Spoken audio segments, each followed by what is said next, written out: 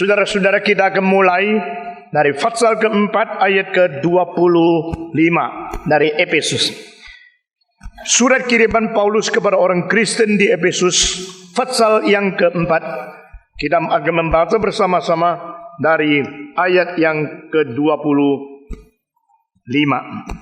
Saya membaca dulu 23, 24, lalu semua membaca ayat 25, 26. Supaya kamu dibaharui di dalam roh dan pikiran, dan mengenakan manusia baru yang telah diciptakan menurut kehendak Allah di dalam kebenaran dan kekudusan yang sesungguhnya. 25, 26. Karena itu buanglah dusta dan berkatalah benar seorang kepada yang lain, karena kita adalah sama anggota. Apabila kamu menjadi marah, janganlah kamu berbuat dosa. Janganlah matahari terbenam sebelum pada amarahmu, dan janganlah beri kesempatan kepada iblis. Saudara-saudara, saya membaca ulang ayat ke-25. Karena itu buanglah dusta dan berkatalah benar seorang kepada yang lain, karena kita adalah sesama anggota. Mari kita berdoa sekali lagi.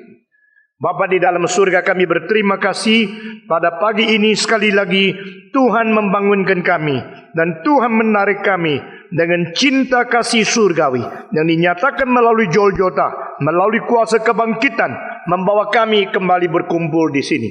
Kami berterima kasih karena firman Tuhan adalah pelita di dalam perjalanan hidup kami. Firman Tuhan adalah terang untuk membawa langkah-langkah kami. Kami berterima kasih pula karena barang siapa yang percaya dan mengikuti Yesus Kristus, dia tidak akan berjalan di dalam kegelapan, melainkan memperoleh terang hidup yang dari kekekalan. Kami berdoa kiranya pada pagi ini juga firman-Mu bercahaya, mencerahkan hati kami masing-masing, membuka pikiran kami masing-masing, dan merubah hidup dan kelakuan kami masing-masing. Dalam nama Yesus Kristus, kami serahkan semua ini ke dalam tangan Allah Bapa. Amin. Saudara-saudara sekalian, kita telah membicarakan tentang menanggalkan manusia yang lama, lalu memakai manusia yang baru. Tetapi bukan pakaian, karena pakaian mulai daripada leher dan berhenti pada kaki. Di atas masih ada kepala, masih ada tangan, masih ada kaki. Saudara-saudara, justru hidup tidak bisa lepas daripada pikiran, melihat, dengar, pembicaraan, kerja, dan kelakuan. Itu sebab Paulus tidak katakan tanggalkan pakaian yang lama lalu pakai pakaian baru, tetapi dia mengatakan tinggalkan manusia yang lama dan pakailah dengan manusia yang baru. Berarti dari ujung rambut sampai telapak kaki, keutuhan seluruhnya harus integritas, harus semuanya, seluruhnya menjadi baru. Saudara-saudara, itu sebab pasal keempat selesai ayat ke-24, langsung masuk ke ayat ke-25, pernyataan hidup yang baru. Saudara-saudara sekalian, kita harus mempunyai pengertian, kesadaran, karena memang manusia dicipta menurut peta dan teladan Allah. Di dalam terjemahan Indonesia, di dalam pasal 4:24 ini dipakai dicipta menurut kehendak Allah. Sebenarnya aslinya bukan kehendak. Aslinya adalah peta Allah, the image of God, imago Deo.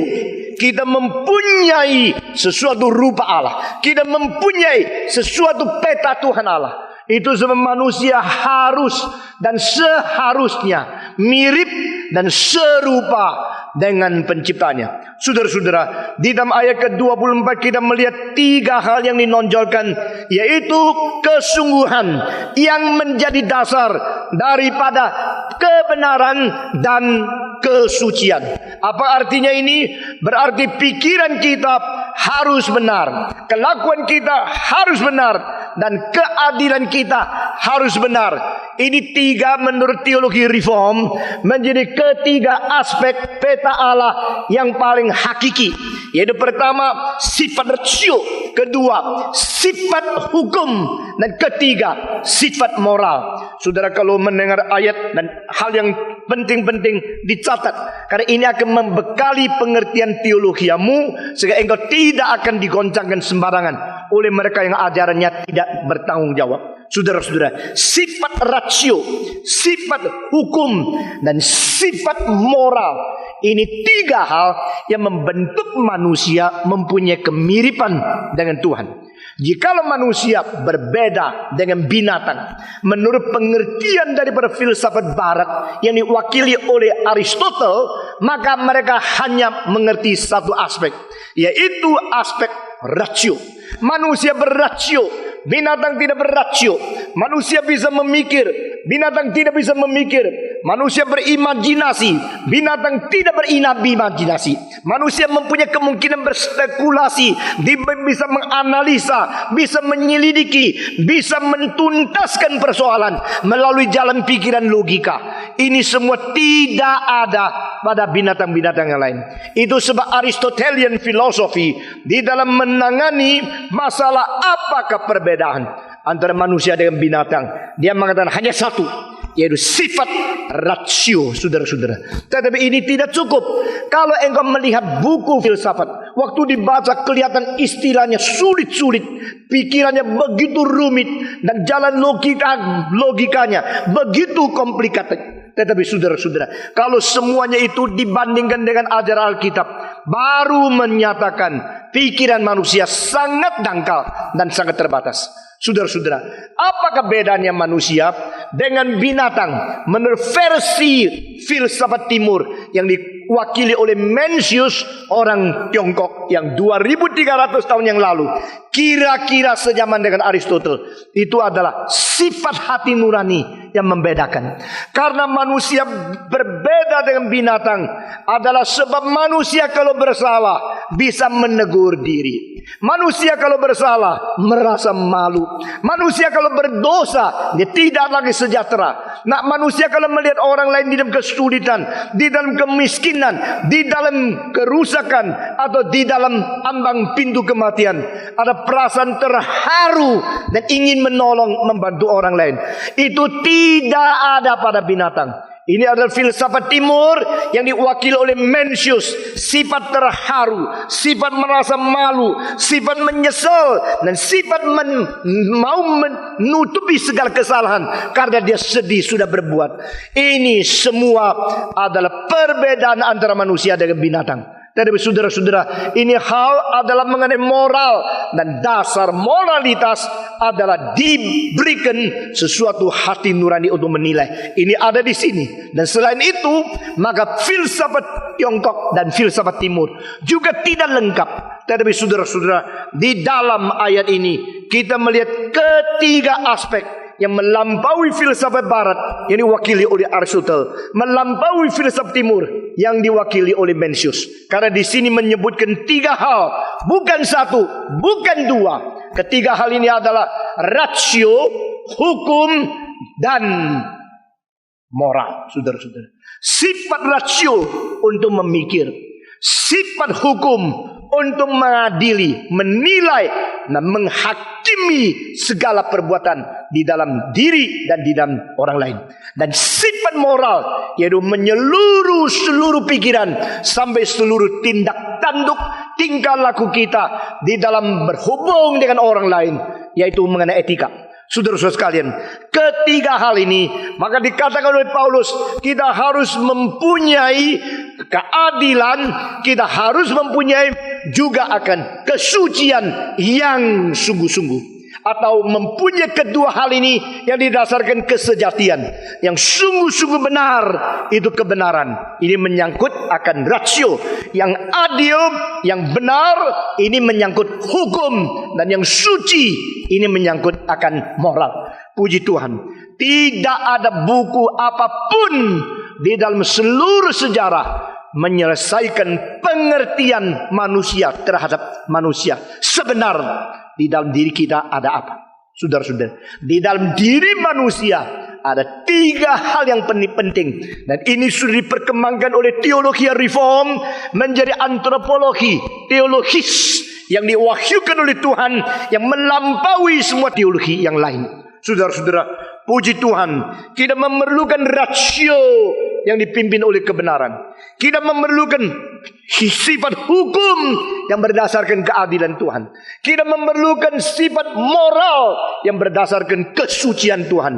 Dan Allah, sumber kebenaran, sumber keadilan, sumber kesucian, Allah menjadi sesuatu jaminan baik pribadi maupun masyarakat berhidup di dalam keadaan yang beres. Saudara-saudara, puji Tuhan. Pada waktu hukum 10 hukum Taurat Musa diberikan, maka Roma pasal 7 mengatakan, di situ menyatakan kesucian, keadilan dan kebajikan Allah. Melalui pengertian hukum baru kita sadar kita kurang suci, kita kurang adil, dan kita kurang bajik dibanding daripada sasaran yang sudah diberikan Tuhan atau sumber kita. Tuhan adalah sumber hidup kita. Dia juga adalah sasaran hidup kita. Alpha point is in God. Omega point is in God. We are created by Him and we are created for Him.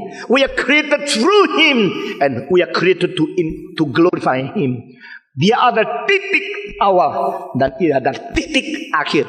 Dia adalah memberikan potensi kepada kita. Dan dia adalah menaruh maksud dan telos, yaitu tujuan terakhir bagi hidup kita. Saudara-saudara, dengan semua pengertian seperti ini, maka hidup baru mulai berdasarkan hal ini. Saudara-saudara, hidup baru mulai dari peranakan pula sehingga menjadi manusia yang sudah memiliki Roh Kudus.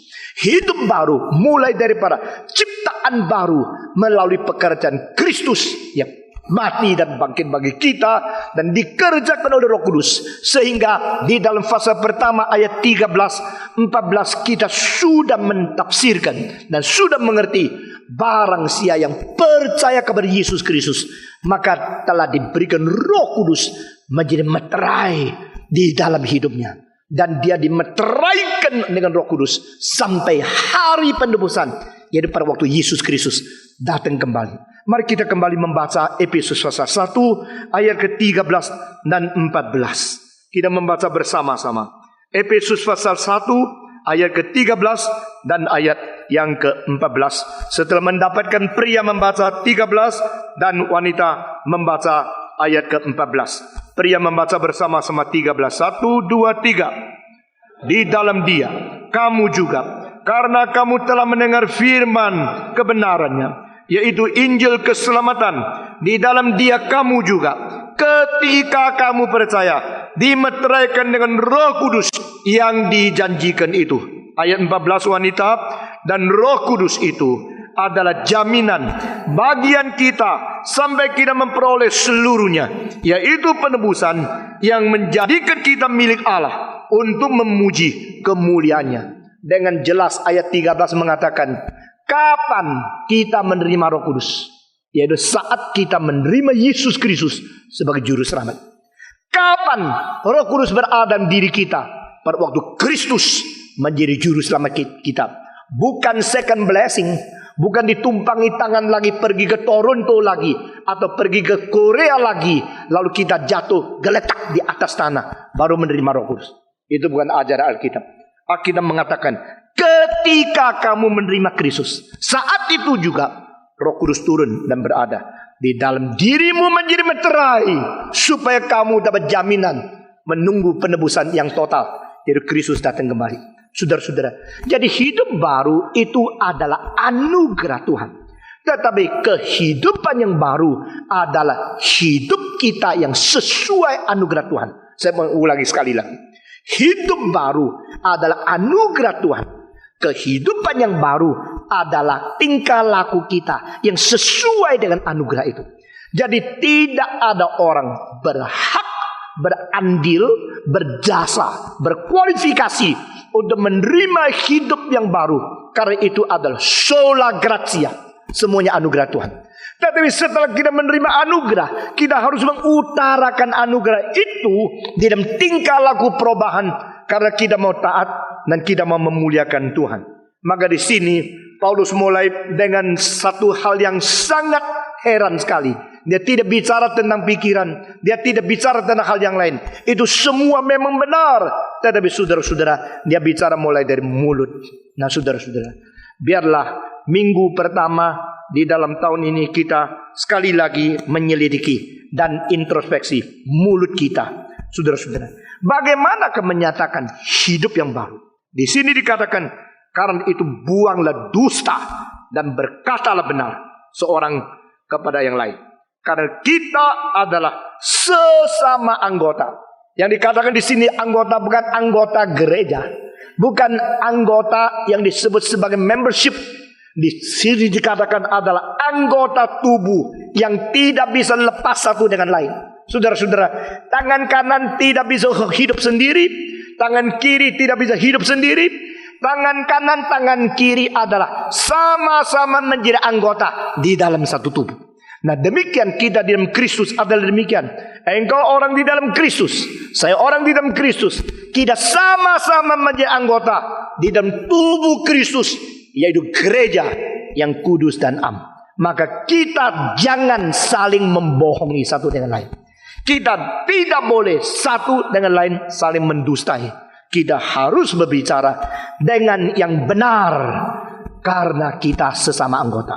Nah saudara-saudara, mengatakan tentang pembicaraan yang benar, apakah berarti kita tidak berhak untuk menyimpan semacam rahasia? Atau kita harus paparkan segala sesuatu kepada orang lain? Maka di dalam hal ini ada filsafat yang sesuai dengan kebenaran Tuhan yang boleh kita mengerti. Saudara-saudara, saya sendiri membagi perkataan dusta atau perkataan yang kurang benar atau perkataan yang benar tapi tidak dikatakan. Semua mengenai perkataan ini boleh kita bagi menjadi 8 lapisan. Saudara-saudara, jadi waktu kita ngomong atau tidak, ngomong itu betul atau tidak, perlu atau tidak, boleh atau tidak, salah atau tidak, dusta atau tidak. Di dalam pembicaraan itu ada 8 lapisan. Lapisan pertama yaitu kadang-kadang karena kita takut sehingga kita tidak berani mengaku. Ini adalah semacam dusta yang agak ringan sedikit. Nah saudara-saudara, anak kecil biasanya berdusta mulai daripada terlalu takut orang tua yang menghukum dia. Nah, yang menjadikan anak dusta itu adalah orang tua yang pengajarannya, keadilannya sudah melebihi batas. Nah, di sini saya minta saudara perhatikan. Jikalau anak ditanya, kamu yang pecahkan piringnya, bukan saya. Dia langsung bilang bukan saya. Jangan cepat dimarahi menganggap dia dusta. Karena apa? Karena dia kalimat bukan saya, itu arti sesungguhnya adalah tidak boleh lagi menghukum saya. Saya takut. Itu arti sesungguhnya. Jadi dusta semacam demikian, sama dusta di dalam hukum ke-9 itu lain sekali. Nah saudara-saudara, dusta di dalam karena ketakutan justru selalu timbul karena yang mendidik menjalankan kekerasan yang lewat batas. Semua orang guru maunya muridnya tenang, diam, baik. Tapi semua guru waktu dia masih kecil tidak bisa diam, tidak baik dan selalu nakal. Tetapi dia mau orang lain taat sama dia karena saya raja, lu mesti dengar gua. Dulu kamu jadi murid, kenapa kamu tidak rasa gurumu itu raja? Dan ini ketidakadilan yang dipaksakan kepada murid-murid sehingga murid tidak cinta sama dia. Mereka takut kepada dia. Di dalam pendidikan ada takut tidak cinta, itu pendidikan sudah gagal. Di dalam pendidikan ada cinta tidak takut, itu juga gagal. Pada saat keakraban orang sudah menuju kepada keberanian dan kurang ajar, harus berhenti akrab. Saudara-saudara, ini semua ada dalilnya. Sehingga manusia dan manusia menjaga hubungan tidak terlalu dekat, juga tidak terlalu jauh. Itu di dalam filsafat Aristotle disebut jalan tengah. Di dalam filsafat Confucius disebut hubungan antara gentleman, tawarnya seperti air, maka bisa tahan lama. Yang terlalu akrab sampai manisnya seperti semacam minuman yang manis sekali, itu selalu cepat rusak karena sudah terlalu akrab. Jadi manusia dan manusia kalau kurang dalil untuk mengatur, itu menjadi rusak hubungannya. Demikian suami istri, demikian papa anak, demikian kawan dan kawan, demikian guru dan murid. Jikalau guru terlalu menyayangi anak muridnya, tapi tidak berani menegur, akhirnya pendidikan rusak. Jikalau guru terlalu keras, tapi tidak pernah menyayangi, pendidikannya juga rusak. Nah, keadaan kekerasan yang melewati batas, itulah penyebab anak kecil belajar bohong, karena dia takut. Nah saudara-saudara, waktu anak kecil mulai bohong sama kita, jangan marah sama dia, marah kepada dirimu sendiri. Karena engkau tidak memberikan kepercayaan. Dia tidak mau bilang, tidak mau katakan yang benar kepada kamu. Ini harus orang tua belajar. Saudara-saudara, banyak bohong dari anak kecil, bukan karena diajar engkau harus bohong, hanya karena terlalu dikerasi sehingga dia takut. Dan dia sudah mendapatkan side effect, yaitu efek sampingan dari pendidik yang tidak beres. Kita harus bertobat dulu, saudara-saudara. Ini pertama. Kedua macam adalah kalimat bohong yang jauh lebih baik dari semua, yang bermotivasi menolong orang lain. Nah saudara-saudara, jikalau ada orang yang tidak salah, tapi dikejar oleh pembunuh masuk ke rumahmu, lalu engkau tidak bisa memberikan dia kepada musuh. Waktu ditanya, di mana orang itu? Engkau bilang, saya tidak tahu. Waktu engkau mengatakan, saya tidak tahu, itu sedang mengatakan sesuatu yang bohong. Itu memang bohong. Tidak bisa kita mengatakan itu bukan bohong, karena engkau sudah tahu. Bukan saja engkau tahu, engkau yang menganjurkan dia simpan di mana. Engkau yang menutupi dia. Engkau yang telah menyelamatkan dia. Dan engkau berkata, aku tidak tahu. Itu bohong. Keakal keadaan demikian. Apakah bohong ini sama dengan bohong yang lain? Ini tetap harus dibedakan daripada bohong yang dikatakan di dalam hukum ke-9. Saudara-saudara, Tuhan Allah sangat mengasihani manusia. Maka pada waktu dia memberikan hukum ke-9, dia mengatakan jangan berdusta untuk merugikan atau mencelakakan orang lain. Jadi di situ dusta yang menolong orang lain dan dusta yang mencelakakan orang lain itu harus dipisahkan. Lalu engkau mengatakan kalau demikian, pasti pentong, apakah engkau berarti kita boleh dusta kalau kita menolong orang lain? Saya tidak katakan boleh tidak. Saya katakan saat itu tidak bisa tidak. Karena kelemahan manusia terlalu terbatas. Sehingga kita pada waktu itu tidak bisa ada cara lain kecuali mengatakan saya tidak tahu. Waktu engkau saya tidak tahu, engkau tahu. Bukan saya tahu, juga tahu engkau sedang bohong. Tapi selain itu engkau mau ngomong apa? Engkau mau ngomong di situ, tapi sebenarnya saya minta tolong jangan bunuh dia ya. Tidak bisa kan? Jadi itu kelemahan-kelemahan pada saat tertentu engkau tidak ada cara lain, harus mengatakan kalimat yang bersifat bohong, tetapi motivasinya menolong orang lain. Saya percaya itu Tuhan bisa mengampuni dan mengerti, tetapi engkau harus minta pengampunan Tuhan. Saya tidak mengiyakan, saya tidak membenarkan boleh. Saya tidak jawab boleh tidak. Saya cuma katakan waktu itu kita tidak bisa tidak. Waktu itu kita terlalu lemah. Sifat manusia tidak ada jalan lain. Mungkin ada orang kuat dan berani, luar biasa. Tapi maafkan, saya katakan kebanyakan orang tidak mempunyai kemampuan kerohanian seperti itu untuk mengatakan sungguh-sungguh saya tahu di mana dan sebagainya, dan dia percaya Tuhan akan menolong. Karena iman kita terlalu lemah dan kita orang yang tidak boleh menganggap diri terlalu rohani, maka simpatilah kepada orang. Ini adalah sifat yang sama. Kita tidak setuju pengguguran. Tapi perempuan yang diperkosa, kalau dia tidak kekuatan lain yang digugurkan, mari kita mengerti dia, bukan kita mengizinkan. Saudara-saudara, nah ini adalah hal kedua. Bohong lapisan yang kedua. Ketiga, bohong yang bersifat mempertahankan rahasia pribadi. Saudara-saudara, kalau seorang ditanya umur berapa? Oh, saya 34. Itu laki-laki tidak apa-apa. Kalau perempuan dia mengatakan tidak usah tanya, ya sudah diam. Karena apa? Dia tidak mau membocorkan usianya berapa. Wah, ini bohong, ini tidak mau kasih orang tahu. Ini tidak mau jujur. Itu tidak ada hak engkau menghakimi dia tidak jujur.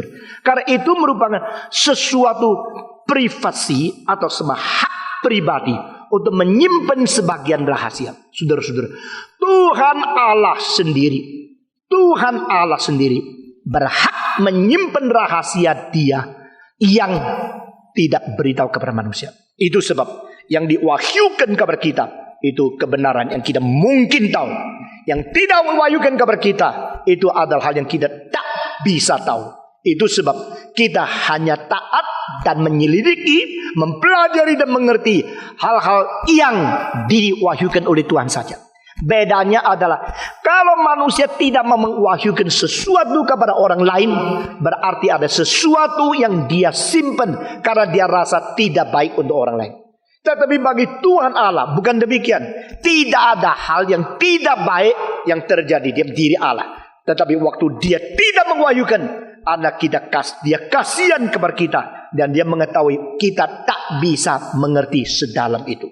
Di dalam Tuhan tidak ada titik atau tidak ada unsur kejahatan dan ketidakbaikan. Ini adalah perbedaan. Nah, saudara-saudara, kadang-kadang orang tanya, engkau bilang no comment. Aku tidak mau beritahu kepadamu. Itu boleh. Kalau komen, engkau komen dengan keadaan yang berbeda. Ini di dalam lapisan yang keempat, yaitu lapisan yang hanya memilih hal-hal yang positif dan tidak banyak bicara tentang hal-hal yang negatif. Menurut engkau, pendapatmu bagaimana terhadap orang ini? Pendapatmu bagaimana terhadap orang itu? Engkau mengetahui banyak kelemahan dia, tetapi engkau mengatakan, saya kira dia ada baiknya di dalam hal ini dan itu. Itu cukup. Itu berarti engkau tidak mau secara seluruhnya mengutarakan pengertian engkau tentang orang itu kepada orang lain. Tetapi engkau memilih aspek yang tidak menyandung, aspek yang tidak menjadi batu sandungan. Itu bagus.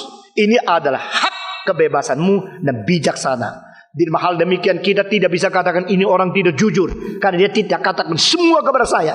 Tidak perlu, saudara-saudara. Tidak perlu kita katakan semua. Kalau yang dikatakan itu tidak bersifat konstruktif, lebih baik tidak katakan semua. Jadi inilah sesuatu kebebasan kita di dalam menilai orang lain. Tidak perlu semua kita harus nilai. Nah, saudara-saudara, saya tidak berarti kalau kita harus menjadi orang yang licik, orang yang licin, tidak. Tapi kita harus menjadi orang yang berbijaksana. Saudara-saudara, bedanya lincah, cerdas, bijaksana, dan licin, licik, tidak jujur adalah di dalam kecerdasan dan di dalam keadaan yang berbijaksana tidak menggabungkan dosa di dalamnya. Tapi dia licik, di dalam licin, di dalam tidak jujur yang sudah menggabungkan dosa di dalamnya, itu bukan sifat kita. Ini adalah aspek yang ketiga, aspek yang hanya memperhatikan baiknya tetapi tidak banyak menonjolkan jeleknya. Ini aspek yang ketiga. Aspek yang keempat, yaitu kita menikmati secara kolektif di dalam objektif, tetapi tidak secara subjektif pribadi kita menerjunkan pengertian kita. Saudara-saudara, misalnya kalau sekarang saya bertemu dengan seseorang, lalu ditanya bagaimana orang itu, suruh kita menilai. Lalu kita menilai, boleh kita menilai secara pribadi, saya tidak senang sama sekali. Tetapi saudara-saudara, boleh kita mengatakan dia mempunyai kebajikan seperti ini. Engkau mengerti secara penilaian lebih objektif, bukan subjektif. Di dalam hal ini saya kutip orang kebudayaan dari orang Yahudi. Orang Yahudi mengatakan segala bohong tidak boleh, kecuali dua boleh. Waktu saya baca sampai situ saya tertarik sekali. Loh, kok ada dua yang boleh ya? Pertama, kalau orang masak setengah mati, undang kamu makan, sesuai tanya, enak tak? Kau jawab, asin sekali. Saya mau muntah begitu. Orang sudah masak sepanjang hari, setengah mati, keringetan, aduh sampai capek sekali. Untuk engkau sudah begitu tanya, enak tak? Orang Yahudi mengatakan, engkau harus bilang enak. Tidak apa-apa bohong.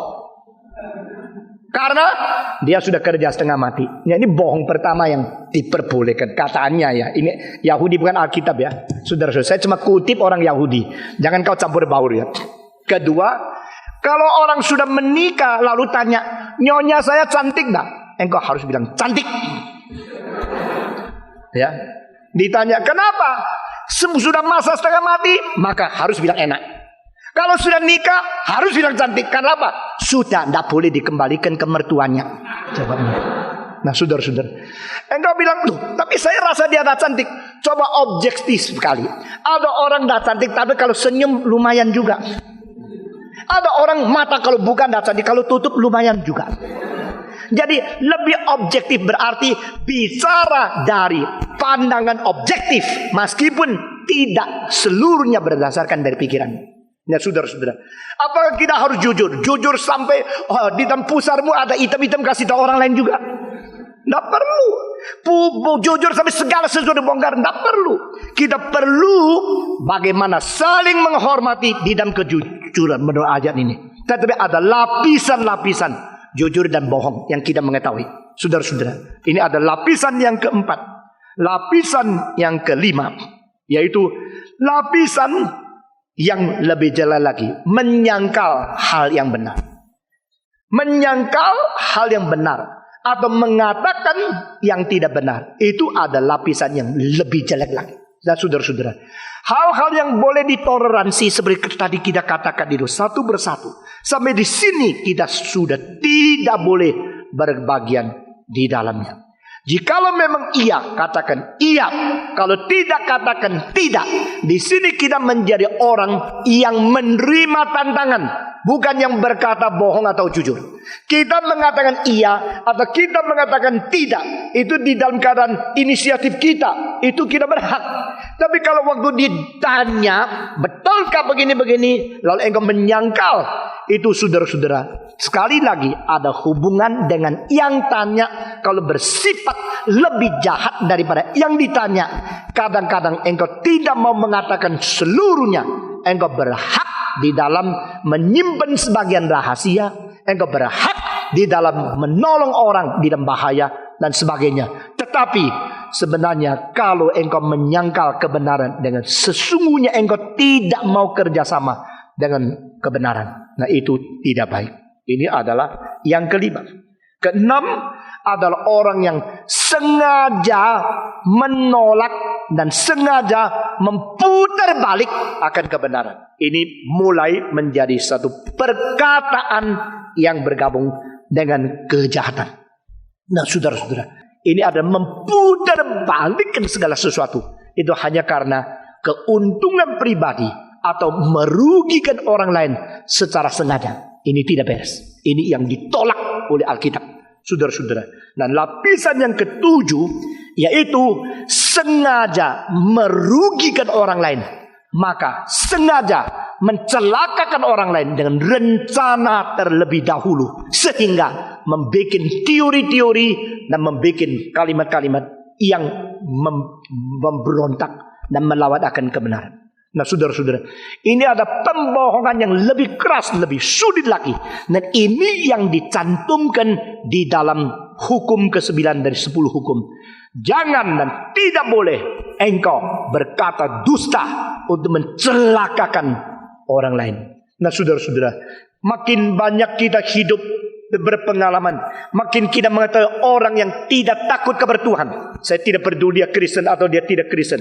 Kalau dia tidak takut kepada Tuhan dan dia orang egois yang hanya mementingkan sendiri, orang itu makin berani mengatakan kata-kata yang dibikin-bikin demi merugikan dan mencelakakan orang lain.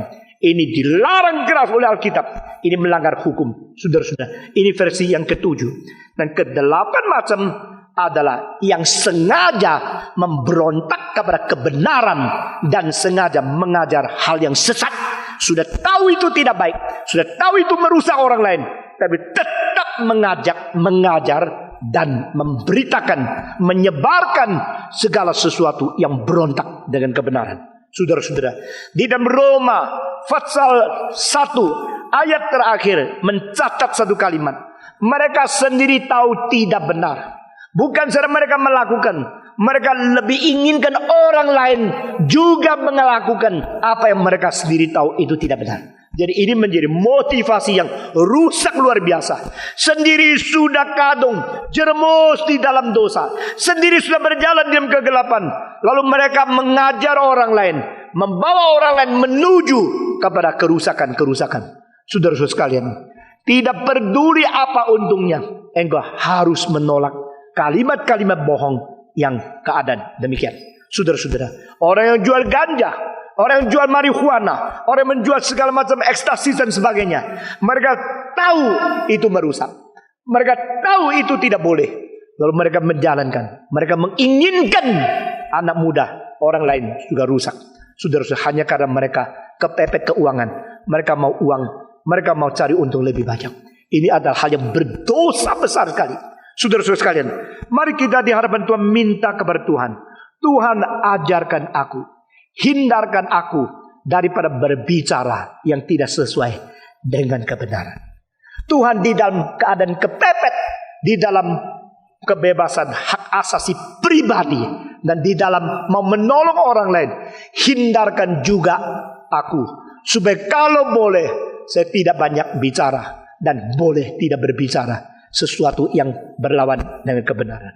Tetapi kalau di dalam kelemahan dan di dalam motivasi yang baik, kita harus atau tidak terlepas daripada kemungkinan menghindarkan diri berkata sesuatu. Saudara-saudara, langsung sadar, langsung berlutut, langsung minta pengampunan dari Tuhan. Karena Tuhan mau kita menjadi orang Kristen yang bertanggung jawab. Pertama, di dalam bibir mulut. Saudara-saudara, di dalam Fables of Aesop, seorang paling sangat cerdas dan IQ tinggi dan orang yang penting sekali, tapi kedudukannya rendah sekali. Ini Aesop adalah seorang budak di dalam zaman Greka. Saudara-saudara, dia budak dari seorang kaya. Orang kayanya mempunyai uang banyak, mempunyai harta, mempunyai usaha yang besar. Tetapi si budak ini mempunyai otak yang jauh lebih pintar dari siapapun pada zamannya. Dia namanya Aesop. Pada satu hari, tuan rumah mengatakan, saya mau undang tamu makan di rumah. Engkau pergi beli apa saja yang paling baik di dunia untuk dimasak, lalu kasih mereka makan. Lalu dia ambil uang, dia pergi pasar, beli, sesudah beli pulang dia masak. Di luar dugaan. Pertama yang dikeluarkan lidah sapi, kedua lidah babi, ketiga lidah rusa, keempat semua lidah. Jadi hari ini makannya ke semua lidah toh ya. Ini lidah melulu apa maksudnya? Wah, si tuan rumah ini tidak enak. Ini jadi tamu saya makan lidah. Hah? Dari permulaan sampai akhir semua lidah. Ya ada yang pedas, ada yang tidak, ada yang merah, ada yang kuah, ada yang goreng. Pokoknya lidah semua. Setelah semua pergi, dia tanya Aesop, apa-apaan lu? Kenapa lu masanya melulu lidah hari ini? Ah, Tuhan jangan marah. Saya tahu lidah barang yang terbaik dunia. Puji-pujian lidah. Perkataan dorongan lidah. Saling mencintai pakai lidah. Mendidik anak pakai lidah. Raja memberikan perintah pakai lidah. Orang muda itu berpacaran pakai lidah. Lidah mereka itu mengatakan kalimat-kalimat mencetus hati yang penuh dengan cinta, pendidikan, kebenaran. Diturunkan generasi ke generasi hanya karena lidah. Itu sebab pada waktu Tuhan suruh saya beli barang yang terbaik di dunia, saya beli semua lidah. Kalau begini boleh juga nanti saya kasih tahu penjelasan ini kepada tamu-tamu supaya mereka ada kira rumahku sebenarnya makan lidah. Satu hari dia undang lagi kawan makan. Pokoknya masa yang enak, tetapi barang yang terjelek di dunia kau beli. Saudara-saudara, dia pergi pasar, pulang beli lagi, semua lidah lagi. Waktu dia masak lidah, tuan rumah ini apa-apaan? Yang paling baik lidah, yang paling jelek itu lidah. Setamu pergi ditanya lagi, kenapa lidah paling? Yang bikin hancur rumah tangga lidah, yang bikin marah-marah lidah, yang bikin dunia ini tidak ada damai, kacau balau, tidak ada satu kerukunan lidah, peperangan dari lidah, semua dari lidah. Betul juga. Akhirnya ditulis barang terbaik lidah, terjahat juga lidah. Saudara-saudara, peribahasa Tionghoa mengatakan I yen simpang, I yen pai guo. Ayo ikut 1, 2, 3. I yen simpang, I yen pai guo. One sentence, you can rise up the revival of the nation, and by only one sentence, you can destroy the whole country. Saudara-saudara, I yen simpang, I yen pai guo. Kalimat dan lidah itu penting sekali. Di sini Paulus berkata, menjadi orang baru menjadi manusia yang baru, menjadi makhluk yang baru. Mulai dari apa? Di sini dikatakan, biar satu dengan lain berkata dengan perkataan yang benar. Jangan menipu antara kamu dengan orang lain, karena kita semua adalah sesama anggota. Saudara-saudara, saya adalah anggota tubuh, engkau adalah anggota tubuh. Biar kita mengatakan dengan yang benar. Saudara-saudara, kalau engkau tidak mau ngomong, ada hak pada hal-hal yang tertentu. Tapi kalau ngomonglah dengan tidak mendustai dan tidak menipu orang lain. Saudara-saudara, ini adalah ayat yang ke-25. Lalu disambung dengan ayat yang ke-26. Di sini Paulus mengatakan, apabila kamu menjadi marah, janganlah kamu buat dosa. Janganlah matahari terbenam sebelum pada marahmu, dan janganlah beri kesempatan kabar iblis. Saudara-saudara, kalimat pertama itu marah jangan berdosa. Semua 1, 2, 3. Marah jangan berdosa. Itu mengutip satu pepatah orang Ibrani yang sudah ada. Berarti lebih jelas lagi, marah sih boleh, dosa tidak boleh. Marah sih wajar, tetapi dosa tidak wajar dicampurkan ke dalam marahnya. Di sini berarti Alkitab tidak pernah mengatakan tidak boleh marah. Nah, saudara-saudara, itu ajaran setan. Orang kalau tidak boleh marah, maka dia akan kompromi dengan segala macam dosa, dan setan akan memakai perdamaian palsu untuk merusak seluruh gereja. Tidak ada Alkitab mengatakan tidak boleh marah. Tidak ada. Allah Bapa marah, Allah Anak marah, Allah Roh Kudus sedih lebih daripada marah. Saudara-saudara sekalian, Allah Tritunggal adalah Allah yang adil. Allah Tritunggal adalah Allah yang betul-betul keras dan tidak berkompromi dengan dosa. Itu sebab kemarahan itu salah satu sifat Tuhan Allah. Tetapi Tuhan Allah yang marah adalah Tuhan Allah yang tidak berdosa. Itu sebab ayat ini penting sekali. Karena ayat ini jelas mengatakan, kalau marah jangan berdosa. Selain engkau berkata-kata jujur, kalau perlu marah jangan berdosa. Nah, saudara-saudara, kadang-kadang perkataan jujur hanya muncul pada waktu kita marah. Sebelum marah kita tidak pernah jujur mutlak. Saudara-saudara, itu sebab kalau waktu marah jangan sesungguhnya tak bilang iya. Biasanya tidak sungguh toh. Kalau sudah marah, sudah belak-belakan. Sekarang ngomong benar saja. Nah, biasanya apa? Biasanya kurang benar doh. Kalau sudah marah baru benar doh. Sudah tafa pici sudah. Lauset yang hao le, pingcang bu lauset. Saudara-saudara, waktu marah itu muncul, itu satu kesempatan kebenaran itu dinonjolkan. Jadi kadang-kadang kemarahan itu penting dan perlu, tetapi kemarahan jangan digabungkan dengan dosa. Ini ajaran yang penting sekali. Allah kita Allah yang marah. Allah kita adalah Allah yang marah sampai air bab menudungi seluruh tempat orang tinggal, dan manusia zaman Nuh semua dibasmikan, dimusnahkan.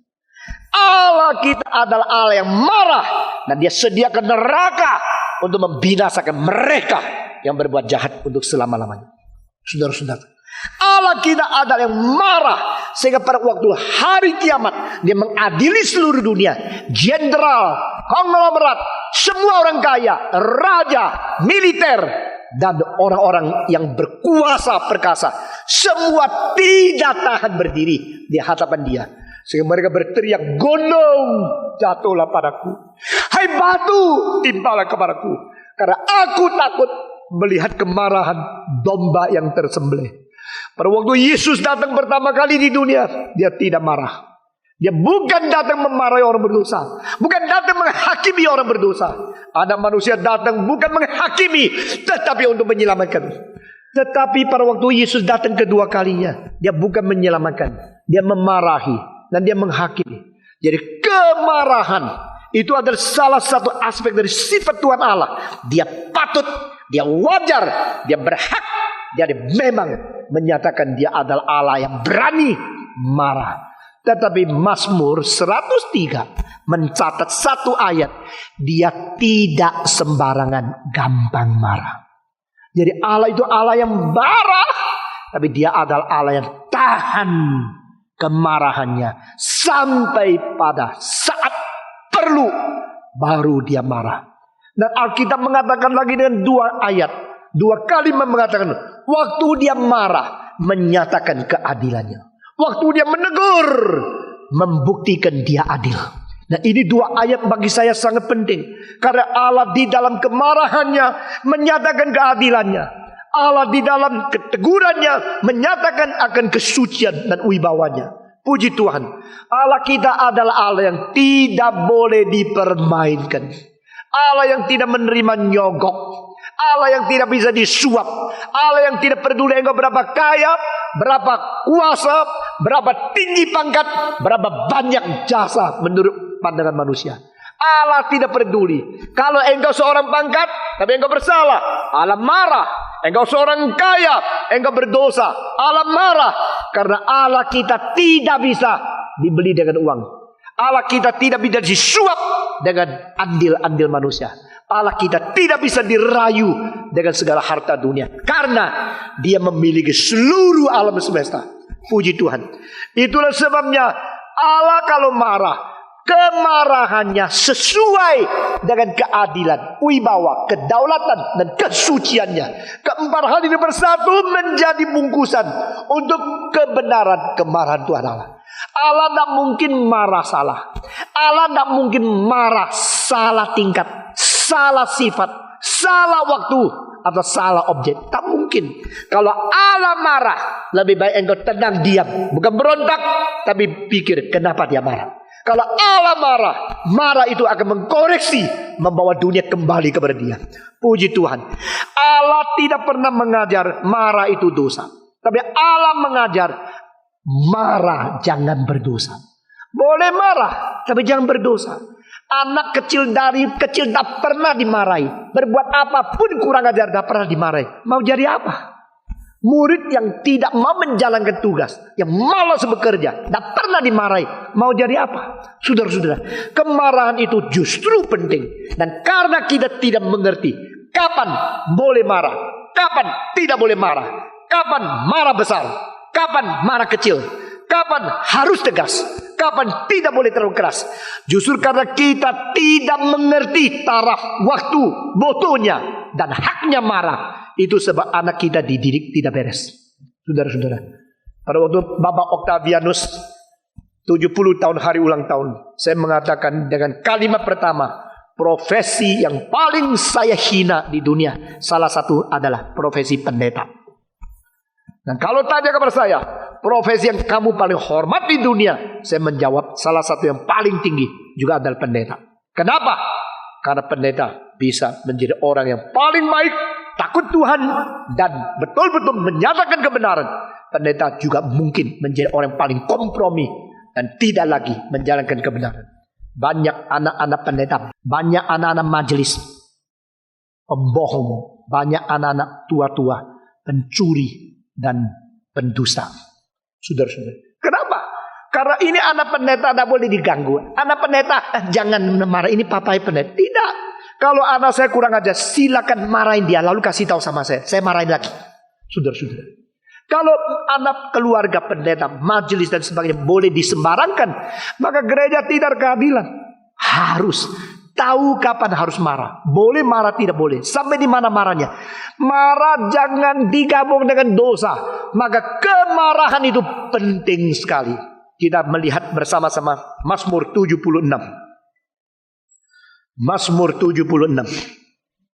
Sesungguhnya panas hati manusia akan menjadi syukur bagimu, dan sisa panas hati itu akan kau berikat pinggangkan. Semua membaca 1, 2, 3. Sesungguhnya panas hati manusia akan menjadi syukur bagimu, dan sisa panas hati itu akan kau berikat pinggangkan. Saudara-saudara, terjemahan ini di dalam bahasa Mandarin terjemahannya jadi begini, dengar baik-baik. Sesungguhnya kemarahan manusia mungkin bisa menggenapi kemuliaan Tuhan Allah, tetapi kebanyakan sisa-sisa kemarahan yang kelebihan itu kamu akan menghentikannya. Nah, saudara-saudara, saya tidak tahu kalau terjemahan lain bagaimana. Saya cuma tahu ini perbedaan antara Mandarin dan Indonesia di besar sekali. The wrath of man, kemarahan manusia akan menggenapi kemuliaan Tuhan Allah. Saudara-saudara, karena ada semacam kemarahan yang berani, yang dinyatakan pada waktu perlu sekali. Di situ Tuhan mengulurkan tangan untuk merubah dunia. Saudara-saudara, kalau tidak ada orang berani marah kepada yang di atas tidak adil, mereka akan sewenang-wenang. Jadi kadang-kadang Tuhan memperbolehkan kemarahan yang suci dan betul itu terjadi untuk merombak bahkan seluruh sistem politik dan sosial. Itu kemarahan-kemarahan yang tercetus di dalam revolusi-revolusi yang benar, yang baik, yang diizinkan oleh Tuhan, justru menjadi obat bangsa. Saudara-saudara, saya sangat kagum dengan kalimat daripada Gus Dur yang mengatakan, saya bukan ingin menjadi presiden bangsa Indonesia. Saya bukan mau jadi presiden, saya mau jadi guru bangsa. Di dalam hatinya banyak penilaian, di dalam kalimatnya banyak hal dia mengkritik. Ini tidak benar, itu tidak benar. Menurut saya begini-begini. Waktu dia mengatakan itu semacam kemarahan yang ditahan, semacam ketidakpuasan yang ada batas nafsunya. Saudara-saudara, sebenarnya dia boleh marah luar biasa, tapi dia tetap sabar, tetap sabar. Saudara, kemarahan-kemarahan yang suci itu sangat berharga di dalam menegakkan hukum, di dalam menegakkan hubungan masyarakat, di dalam menegakkan pendidikan yang benar, di dalam membentuk karakter pribadi. Kemarahan yang suci, kemarahan yang adil itu sangat penting dan sangat perlu. Di sini katakan kemarahan manusia akan menggenapi kemuliaan Tuhan Allah, dan kemarahan yang kelebihan kebanyakan itu akan dihentikan oleh Tuhan. Nah, saudara-saudara, pada waktu manusia sudah berani marah kelebihan, dia sudah berperan seperti Tuhan Allah. Allah mengatakan, nyala engkau, dia akan hentikan. Tetapi di dalam batas kemarahan yang benar itu justru disetujui dan diberkati oleh Tuhan. Marah suci, marah benar. Saudara-saudara, ada perang benar, ada perang tidak benar. Ada marah benar, ada marah tidak benar. Ada gerakan sosial revolusi yang benar, ada gerakan revolusi yang tidak benar. Yang benar itu ada kemarahan, yang ada keadilan, ada kesucian yang tanpa egois, itu benar. Tetapi kemarahan dan tindakan kekerasan yang tidak benar karena egois, merugikan orang lain, dan tidak keadilan dan tidak kesucian di dalam. Saudara-saudara, kita harus membedakan, karena ini penting sekali, sehingga kita hidup di dunia bukan menjadi boneka yang ikut-ikut, bukan menjadi robot yang disetir-setir, bukan menjadi seorang budak yang iya menjadi yes man. Kita mempunyai pendirian, tahu when to say no, when to say good, when to say I reject. Saudara-saudara, apalagi mau menjadi saksi Tuhan, menjadi orang-orang yang mewakili Tuhan. Saudara-saudara, kita harus mempunyai bijaksana, tapi kita harus mempunyai keadilan. Kalau perlu bicara no, harus bicara no. Waktu bilang yes, harus bicara yes, karena kita tetap ada pendirian sebagai orang Kristen. Saudara-saudara sekalian, di sini kita melihat Paulus mengatakan boleh marah, tapi jangan berdosa. Apa artinya? Berarti marah itu sendiri tidak tentu berarti dosa. Dan dosa tidak boleh dicampurkan ke dalam kemarahan. Kalau demikian, saya sudah jelaskan, marah yang berdasarkan keadilan, kesucian, kehendak Tuhan dan tidak egois, itu marah yang tidak berdosa. Marah yang egois, marah yang merugikan orang lain, marah yang tidak ada kesucian dan keadilan, itu malah berdosa. Marah jangan berdosa berarti apa? Pada waktu nafsu itu sudah meluap, jangan disusul dengan tindakan yang di luar kewajaran. Saudara-saudara, kalau sudah marah tidak bisa tahan, pukul anak dakar-karuan, nah itu namanya marah disusul dengan dosa. Marah itu marah, dosa itu dosa. Sudah marah ambil pistol, dorong, matiin orang lain, itu berdosa. Sudah marah keluarkan golok, itu berdosa. Marah jangan berdosa. Saudara-saudara, pendesain BMW yang menjadi sesuatu kesuksesan luar biasa akhir 10 tahun ini di Jerman, dia menembak mati anaknya sendiri karena marah. Orang Jerman tidak tahu bagaimana harus menangani kasus ini, karena orang ini terlalu besar sumbangsinya. memasukkan devisa yang banyak, menjadikan BMW salah satu mobil yang terbaik setelah tahun 90-an, lebih-lebih lagi. Pada waktu Mercedes-Benz pada beberapa tahun sama sekali rugi, itu BMW terus untung uang dan mendapat devisa banyak untuk Jerman. Itu pertama kali dalam sejarah Benz tidak melaporkan dan tidak mengumumkan laba atau ruginya mereka, karena memang rugi. Dan itu BMW mempunyai desainer yang luar biasa hebatnya. Tetapi anaknya cuma satu, taunya berjudi, taunya cuma berzina, taunya main perempuan, taunya bikin night club, taunya buang-buang uang saja mungkin. Sudah selesai pulang, Pak uang. Satu hari papa lagi kerja berat, dia datang minta uang, mabuk-mabuk, marah seperti orang gila. Papanya marah luar biasa, tidak bisa tahan, keluar ke pil, langsung jatuh dan dia mati. Anak tunggal. Saudara-saudara. Lalu ini pembunuh ayah sendiri, diselidiki, lalu diperiksa, ditanya menurut segala hukum.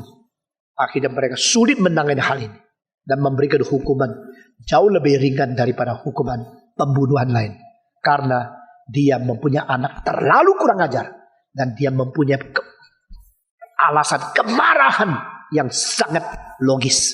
Namun dia tidak bisa menjadi anak muda lagi, tidak bisa lagi menghamilkan istrinya lagi, tidak bisa mempunyai anak lagi, karena dosa menyusul kemarahan. Maka dia harus menjadi orang tua yang tidak ada anak sampai mati. Saudara, marah jangan berdosa.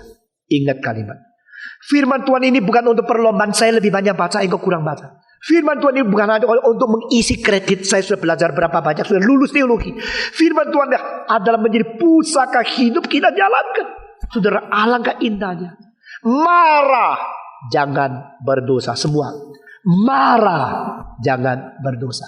Ini pertama. Kedua, marah jangan ditahan sampai matahari terbenam.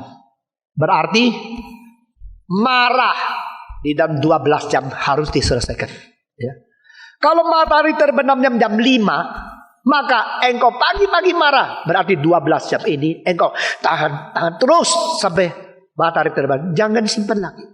Kemarahan kalau disimpan, kasih buka pintu, silakan masuk tidur di dalam. Ini kamar utama untuk Mr. Marah. Saudara-saudara, marah sudah masuk kamar tidur, dia menjadi besoknya bangun menjadi yang lain. Loh, kemarin masuk kamar atas nama marah, besok keluar kamar atas nama benci, tahu nggak?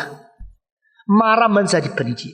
Kalau menjadi benci menjadi pembunuhan. Itu karena apa? Karena kemarahan itu bisa menjadi makin lama makin dalam, makin lama menggerogoti emomu yang rusak dan menjadi kebencian. Kalau sudah menjadi kebencian, itu antara manusia sama manusia sudah tidak hubungan. Pelan-pelan itu subconscious sudah menimbul benci, makin tambah. Akhirnya menjadi yang seharusnya kita mencintai dan kita mengerti, menjadi kita cuma lihat jeleknya dan lihat baiknya. Semua yang dilihat jeleknya. Karena apa? Sudah mulai benci. Kemarahan itu jangan ditahan, tahan sampai matahari terbenam. Oh Tuhan, matahari sudah mau terbenam, biarlah saya melupakan semua ini. Saudara-saudara, dan kemarahan kalau sudah menjadi kebencian, itu besok makin lama makin sulit kembali lagi kepada hubungan yang baik. Maka pertama, marah jangan berdosa. Kedua, marah jangan disimpan, ditahan, dipelihara sampai hari terbenam. Berarti sebelum matahari terbenam harus selesai kemarahan. Ketiga, jangan memberikan tempat kepada iblis. Kita membaca sekali lagi, ini 3 hal yang bersangkut paut dengan marah yang harus kita belajar baik-baik. Efesus pasal ke-4 ayat ke-27 sekarang. Semua membaca bersama-sama. Efesus 4:27. 1, 2, 3. Jangan beri kesempatan kepada iblis. Saya minta saudara perhatikan, kalimat ini cuma muncul 1 kali di seluruh kitab suci. The only ones mentioned in the whole Bible. Jangan memberikan lowongan, jangan memberikan kesempatan Jangan memberikan kemungkinan tersusuknya pikiran setan pada waktu engkau marah. Nah saudara-saudara, marah itu adalah emosi negatif. Dan marah itu bisa menjadi kebencian. Dan setelah kebencian timbul, maka saudara-saudara, setan akan memakai kebencian itu untuk menggerogoti akan rohani kita, sehingga menimbulkan semua pikiran negatif terhadap orang yang kita marah. Selalu pikirannya negatif, sehingga itu ada loncatan konklusi yang membuat no return of the relationship. Saudara-saudara, ini bahaya sekali. Mengapa orang cerai? Mengapa orang memusuhi saudara sendiri? Karena apa? Karena permulaan itu tidak senang, lalu menjadi marah, lalu menjadi benci, sudah menjadi benci, mulai rencana dendam, balas, dan akhirnya menjadi pembunuhan, menjadi perceraian, menjadi segala sesuatu yang tidak beres. Tidak bisa lihat lagi baiknya di mana, tidak bisa lihat lagi indahnya di mana. Itu bahaya sekali. Kiranya Tuhan memberkati kita. Dan setan adalah yang terus-menerus mencari lowongan masuk. Setan adalah terus-menerus mencari kesempatan ganggu, mencari kesempatan untuk mengikut campuri hidup kita. Saudara-saudara, itu sebab give no room for Satan, but surrender yourself always before the word of God and God himself. Kiranya Tuhan memberkati kita masing-masing. Mari kita membaca beberapa ayat ini satu kali lagi. Tahun baru, hari minggu pertama, hidup baru, mulai daripada mulut, mulai daripada hati. Mari kita membaca bersama-sama Efesus pasal keempat. Kita ayat 25 sampai 27. Semua 1, 2, 3. Karena itu, buanglah dusta dan berkatalah benar seorang kepada orang lain.